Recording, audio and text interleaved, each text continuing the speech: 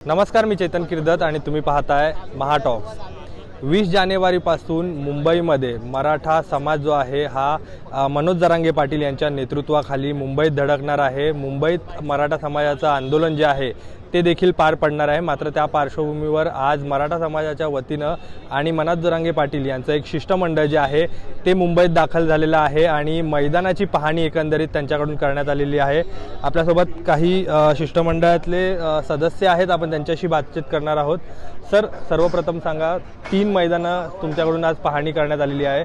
मनोज जरांगे पाटील यांनी आझाद मैदानावर आंदोलन करणार सांगितलेलं आहे, मात्र आझाद मैदानाची देखील तुम्ही पाहणी केलेली आहे। त्यासोबत आता आपण बीकेसी मैदानावर आहोत आणि शिवाजी पार्क मैदानाची पाहणी केलेली आहे। तर कोणतं नेमकं मैदान तुमच्याकडून निश्चित करण्यात येतं? नाही, संपूर्ण आमची महामुंबई टीम इथे मनोज जरांगे पाटील साहेबांनी जो शिष्टमंडळ पाठवलं होतं त्यांच्यासोबत 3 मैदानाची पाहणी केली आहे। आणि पाहणी करत असताना सोयीस्कर जर का पाहिलं, मनोज दादांनी जे सांगितलेलं आहे की आपल्याला आझाद मैदान इथेच घ्यायचं आहे, परंतु 3 मैदान मुंबईतले मोठी मैदान ते पाहिले आणि शिष्टमंडळाची आमची चर्चा झाली आणि जवळजवळ आझाद मैदान फायनल होईल असं आमची चर्चा झाली। परंतु अंतिम डिसिजन आहे ते मनोज जरांगे पाटीलच घेणार आहेत। आता हे शिष्टमंडळ तिथे जाईल आणि उद्या परवा ते तिथून कळवतील आम्हाला की किंवा जाहीर करतील की कुठलं मैदान ते, आणि त्यानुसार आम्ही परवानगी आणि पुढची तयारी आमची महामुंबई टीम ती करेल।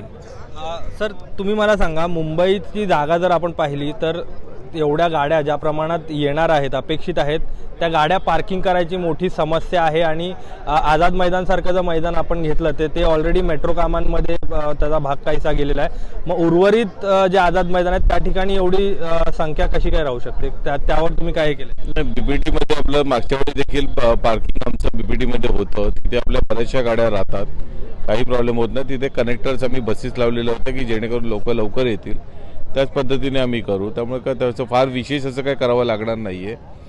प्रशासन त्याच्यामध्ये तयार असतं आणि मागच्या वेळीचे प्लॅन देखील आमच्याकडे तयार आहेत, त्यामुळे पार्किंगच्या संदर्भामध्ये फार मोठा विषय नाहीये।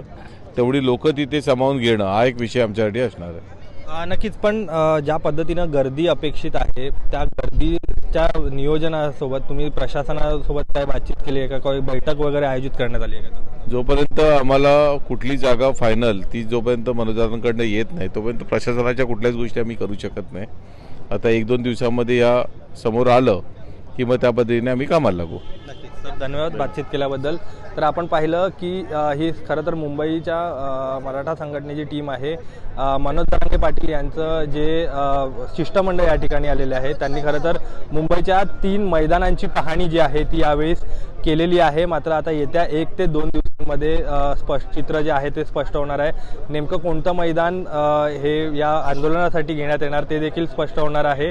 आणि एकदा का मैदान फिक्स झालं त्यानंतर जी प्रशासनासोबतची जी बैठक आहे ती देखील आम्ही घेऊ असं मत जे आहे ते या ठिकाणी मराठा समाजाच्या वतीनं मांडण्यात येत आहे। दरम्यान असाच व्हिडिओ आम्ही तुमच्यापर्यंत घेऊन येत असतो, त्यासाठी आमच्या यूट्यूब चॅनलला सबस्क्राईब करा आणि फेसबुक पेजला लाईक आणि फॉलो करा। धन्यवाद।